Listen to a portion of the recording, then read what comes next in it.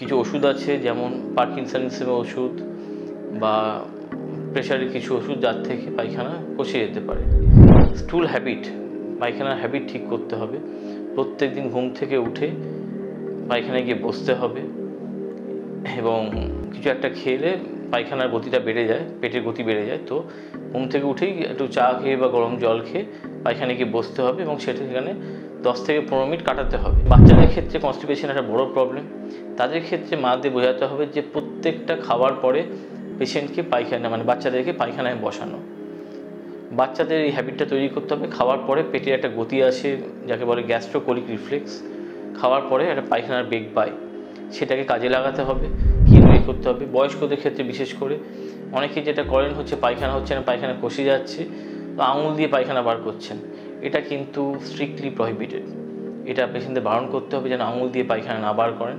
তাতে কিন্তু রেকটামে আলসার হয়, সেই আলসারগুলো থেকে আরও নানাবিধ সমস্যা হতে পারে।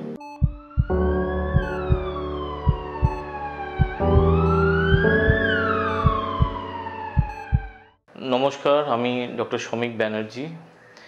আমি পিজি হসপিটালে অ্যাসিস্ট্যান্ট প্রফেসর। আজকে আপনাদের সঙ্গে আলোচনা করব যে কষা পায়খানা বা কনস্টিপেশন কেন হয় এবং তার কী কী প্রতিকার। কনস্টিপেশনের মূল কারণ যেগুলো, তার মধ্যে মেইন হচ্ছে যে আমাদের কোলন বা বৃহদান্ত্র যেটা, তার মোটিলিটি, তার গতি কম, স্লো মোটিলিটি, মানে গতি কমে যাচ্ছে কোনো কারণে। সেটা শরীরের জন্য হতে পারে কিংবা কিছু ওষুধ খেলেও গতি কমে যেতে পারে। তো যখনই এরকম সমস্যা হয় যে কনস্টিপেশন, তার মানে পেটের গতি কমে যাচ্ছে, এটা পেটের নার্ভের একটা সমস্যা হতে পারে। যেমন আইবিএস কনস্টিপেশন টাইপ, যেটা আইবিএসে এরকম হয়, যেখানে কষা পায়খানা হয় এবং পায়খানা করার সঙ্গে আরাম হয় পেশেন্টের কিছুটা। আরও কিছু কারণ আছে, কিছু ওষুধ আছে যেমন পার্কিনসন্সের ওষুধ বা প্রেশারের কিছু ওষুধ যার থেকে পায়খানা কষে যেতে পারে, যেমন অ্যামলোডিপিন, এইসব জাতীয় ওষুধ। আর মেন হচ্ছে সেটা হচ্ছে বয়স্কদের যেটা হয় যে ফাংশনাল কনস্টিপেশন বা হ্যাবিচুয়াল কনস্টিপেশন, যে তার মূলত কষা পায়খানায় তার হ্যাবিটের মধ্যে এসে গেছে। তো যেগুলো এর থেকে প্রতিকার যেগুলো পাবো যে করতে, 1 নম্বর হচ্ছে যে স্টুল হ্যাবিট, পায়খানার হ্যাবিট ঠিক করতে হবে। প্রত্যেক দিন ঘুম থেকে উঠে পায়খানায় গিয়ে বসতে হবে এবং কিছু একটা খেলে পায়খানার গতিটা বেড়ে যায়, পেটের গতি বেড়ে যায়। তো ঘুম থেকে উঠেই একটু চা খেয়ে বা গরম জল খেয়ে পায়খানায় গিয়ে বসতে হবে এবং সেখানে 10 থেকে 15 মিনিট কাটাতে হবে। তাড়াহুড়ো করলে বা বেশি চাপ দিলে পায়খানা কিন্তু হবে না, পায়খানা আরও কষে যেতে পারে। এটা আমাদের মাথায় রাখতে হবে। নেক্সট হচ্ছে যে খাবারে, যেসব খাবারে ফাইবার বেশি থাকে, যেমন ফল মূল, শাক সবজি, ফলের মধ্যে কলা, পেঁপে, আপেল, এগুলোতে প্রচুর ফাইবার থাকে। এইসব জাতীয় ফল খেতে হবে। সবজির মধ্যে গাজর, বিট, শসা, এগুলো খেলে পায়খানার ফাইবারটা অনেক বেশি হবে, সেক্ষেত্রে পায়খানা অনেক ভালো হবে। ঘুম থেকে উঠেই সেজন্য আমাদের গরম জল খেয়ে পায়খানা বসতে হবে, 10 থেকে 15 মিনিট কাটাতে হবে। তাড়াহুড়ো করা যাবে না, পেটে বেশি চাপ দেওয়া যাবে না। আর একটা যেটা মাথায় রাখতে হবে যে আমাদের আগে যে ইন্ডিয়ান স্টাইল যে পটি সিটগুলো ছিল, সেগুলো অনেক বেশি সাইন্টিফিক দেন কম্পেয়ার টু আমাদের ওয়েস্টার্ন কোমোড যেটা। সেই জন্য ইন্ডিয়ান যে পটি সিট যেটা ছিল সেটা তো এখন উঠে গেছে অনেকটা। তো আমাদের যেটা করতে পারি, ওয়েস্টার্ন কোমোড যেটা আছে, তাতেই পাটা একটু ভাঁজ করার জন্য পায়ের নিচে একটা টুল রেখে পটি সিটে বসতে পারি। তো পেশেন্ট কোমোডে বসলো আর পাটা একটু টুলের ওপর রাখলো, তাহলে কী হয়, পায়ের ভাঁজটা হয়, সেই ভাঁজটা পেটে গিয়ে চাপ পড়ে, একটা অ্যাঙ্গুলেশন তৈরি হয়। সেই অ্যাঙ্গেল থেকে পায়খানার গতিটা অনেকটা ভালো হবে, পেটটা পায়খানা অনেকটা ভালো হবে। নেক্সট হচ্ছে কিছু কিছু ওষুধ আছে যেগুলোকে ত্যাগ করলে ভালো। প্রেশারের কিছু ওষুধ সেটা পাল্টে দিতে হবে, তার থেকে পেটের গতি কমে যায়। নেক্সট হচ্ছে বাচ্চাদের ক্ষেত্রে কনস্টিপেশন একটা বড় প্রবলেম। তাদের ক্ষেত্রে মাদের বোঝাতে হবে যে প্রত্যেকটা খাওয়ার পরে পেশেন্টকে পায়খানা বাচ্চাদেরকে পায়খানায় বসানো। বাচ্চাদের এই হ্যাবিটটা তৈরি করতে হবে। খাওয়ার পরে পেটে একটা গতি আসে, যাকে বলে গ্যাস্ট্রোকোলিক রিফ্লেক্স। খাওয়ার পরে একটা পায়খানার বেগ পায়, সেটাকে কাজে লাগাতে হবে এবং চেষ্টা করতে হবে যে প্রত্যেকটা মিলের পরে, মেজর মিল যেগুলো, সকাল, দুপুর এবং রাতে, 3টে মিলের পরে পেশেন্টকে বাচ্চাদেরকে পায়খানায় বসানো। এবং বাচ্চাদেরকে যথারীতি যেটা চেষ্টা করতে হবে যে ফাস্ট ফুড বা প্রসেসড ফুড সেগুলো কম খাওয়ানো সেই তুলনায় ফাইবারস একটু বেশি খাওয়াতে হবে, কলা খাওয়াতে হবে। কলা খেলে পায়খানা ভালো হবে, আপেল খেলে পায়খানা ভালো হবে।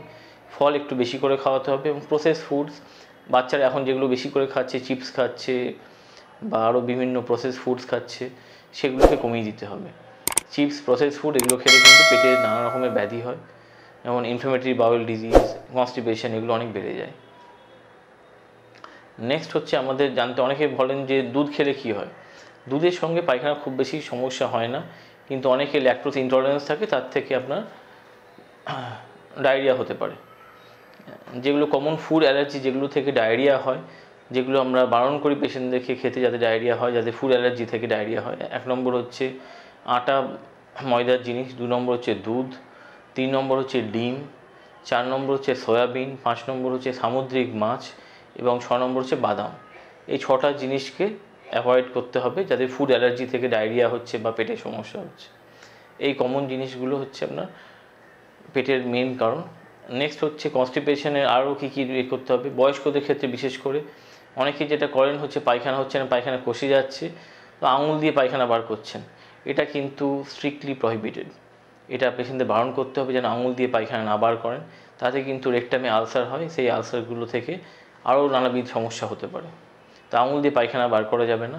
তার জন্য যেটা করতে হবে পেশেন্টদেরকে সহজেই হচ্ছে 1 নম্বর হচ্ছে খাবারে ফাইবার বাড়ানো, 2 নম্বর হচ্ছে চা কফি খেতে পারেন, এগুলো থেকে পেটের গতি বাড়ে, পায়খানা ভালো হয়। 3 নম্বর হচ্ছে যে ইসাবগুল খাওয়া, সব দোকানে, মুদিখানার দোকানে সব জায়গায় ইসাবগুল পাওয়া যায়, সেগুলো খেতে পারেন। কিংবা আরও ভালো হচ্ছে যেগুলো মেডিকেটেড ইসাবগুল, বাজারে অনেকগুলো আছে, সেগুলো খেতে পারেন। আর কিছু আছে যেমন ধরুন কমনলি বাজারে বিক্রি হয় ডালকোল্যাক্স, যেগুলো অনেকেই খান, কিন্তু ডালকোল্যাক্স হচ্ছে কিন্তু ডেলি খাওয়ার ওষুধ নয়। ডালকোল্যাক্স হচ্ছে একটি এমার্জেন্সি ওষুধ, যে পেশেন্টের হঠাৎ করে কোনো এমার্জেন্সি হলো, পায়খানা আটকে গেল, তার জন্য ডালকোল্যাক্স খাওয়া। কিন্তু ডেলি খাওয়ার জন্য বেস্ট হচ্ছে ইসাবগুল বা ফাইবার জাতীয় কোনো খাওয়া। আরও কিছু আছে যেগুলো বাল্ক লাক্সেটিভ বলে। বাল্ক লাক্সেটিভ মানে হচ্ছে পায়খানার যারা বাল্ক বাড়াচ্ছে, পায়খানার ওজন বাড়াচ্ছে, অনেকটা করে পায়খানা হচ্ছে, সেরকম কিছু ওষুধ আছে, যেমন হচ্ছে ল্যাকটুলোজ বা ডুফাল্যাক বলে যেটা পরিচিত। আরও কিছু ওষুধ আছে যেমন ধরুন মিল্ক অফ ম্যাগনেসিয়া আছে, হ্যাঁ, তো ক্রিমাফিন বলে বাজারে বিক্রি হয়। তো এগুলো আপনি ডেলি খেতে পারেন, হ্যাঁ, কিন্তু ডালকোল্যাক্স টাইপের ট্যাবলেট ওগুলো হচ্ছে শুধু এমার্জেন্সিতেই ব্যবহার করা উচিত। নেক্সট হচ্ছে যে কনস্টিপেশনের সঙ্গে গ্যাসের খুব বেশি রিলেশন নেই। গ্যাস একটা আলাদা জিনিস, কনস্টিপেশন আলাদা জিনিস, কিন্তু দেখা গেছে যে কনস্টিপেশন হলে মানুষের গ্যাস বাড়বে। সেই জন্য যাদের গ্যাসের সমস্যা থাকে, পেট ফুলে থাকে সারাক্ষণ, তাদের দেখতে হবে যে প্রত্যেক দিন যেন পায়খানা হয়। আইডিয়ালি অ্যাটলিস্ট 1 থেকে 2 বার পায়খানা হওয়া উচিত। এবং দেখা গেছে ইন্ডিয়াতে 10% মানুষের দিনে 3 বারও পায়খানা হয়। 3 বার পায়খানা মানে যে অ্যাবনর্মাল তা নয়, এটা নর্মাল। এবং সপ্তাহে 3 বার অবধি পায়খানাটাও নর্মাল, ঠিক আছে? সেই জন্য দুটোই নর্মাল। সপ্তাহে 3 বার হয় এটাও নর্মাল, দিনে 3 বার হয় এটাও নর্মাল। কিন্তু পায়খানা, যার অত্যাধিক পায়খানা হচ্ছে, রাতে ঘুম নষ্ট হচ্ছে, ওজন কমে যাচ্ছে, কিংবা হচ্ছে পায়খানায় রক্ত আসছে, এগুলো হচ্ছে অ্যালার্ম সিমটমস। এগুলো যদি কখনো হয়, সঙ্গে সঙ্গে আপনাকে গ্যাস্ট্রোএন্টারোলজিস্টের সঙ্গে যোগাযোগ করা উচিত। এগুলো হচ্ছে অ্যালার্ম সাইন। যে এখন কনস্টিপেশন থেকেও যখন এরকম হয় যে কনস্টিপেশন হচ্ছে, তারপরে মানুষ ওজন কমে যাচ্ছে, বা কনস্টিপেশন আর ডায়রিয়া, একবার কনস্টিপেশন একবার ডায়রিয়া হচ্ছে, বা বয়স আপনার 60 বছরের উপরে, সেক্ষেত্রে আপনার তৎক্ষণাৎ গ্যাস্ট্রো ডাক্তারের সঙ্গে যোগাযোগ করা উচিত।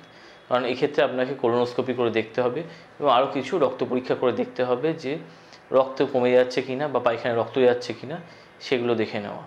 এবং কোলোনোস্কোপি নিয়ে মানুষের অনেকের ভয় থাকে যে একটা বড় পরীক্ষা, ব্যথা হবে, এই হবে। এটা একটা ভুল ধারণা।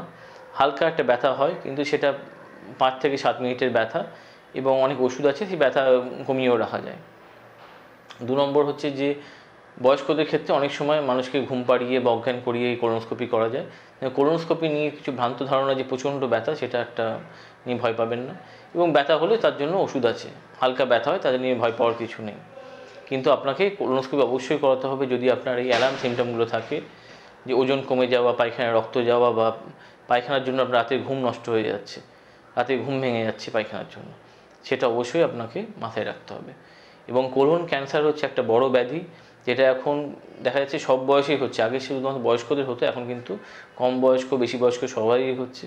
সেই জন্য পায়খানায় রক্ত আসলে বা হঠাৎ করে পায়খানা খুব বেশি কষে গেলে, তখন আপনাকে অবশ্যই গ্যাস্ট্রোএন্টারোলজিস্টের কাছে যেতে হবে এবং কোলোনোস্কোপি একটা করে নিলে ভালো। তো এই ছিল আমার বক্তব্য যে কনস্টিপেশন কী থেকে হচ্ছে, কেন হচ্ছে, তার কি রেমেডি কী কী, সেগুলো মাথায় রাখতে হবে। এবং কী কী অ্যালার্ম সিমটম, কখন আপনার গ্যাস্ট্রোএন্টারোলজিস্টে যেতে হবে, কখন কোলোনোস্কোপি করতে হবে, সেগুলো আপনাদের বললাম। এবং কোলোনোস্কোপি নিয়ে ভ্রান্ত ধারণা কিছু আছে, সেগুলো মাথায় রাখবেন না। নেক্সট হচ্ছে যে পায়খানার জন্য কী কী ওষুধ খাওয়া উচিত, সেগুলো মাথায় রাখবেন। ডালকোল্যাক্স রেগুলারলি খাবেন না, ডালকোল্যাক্সের এমার্জেন্সি ওষুধ। রেগুলার খাওয়ার জন্য আমাদের ওষুধ হচ্ছে ইসাবগুল, এর থেকে ভালো ওষুধ কিছু নেই। ঠিক আছে, এই দিলে আপনাদের নমস্কার জানাচ্ছি।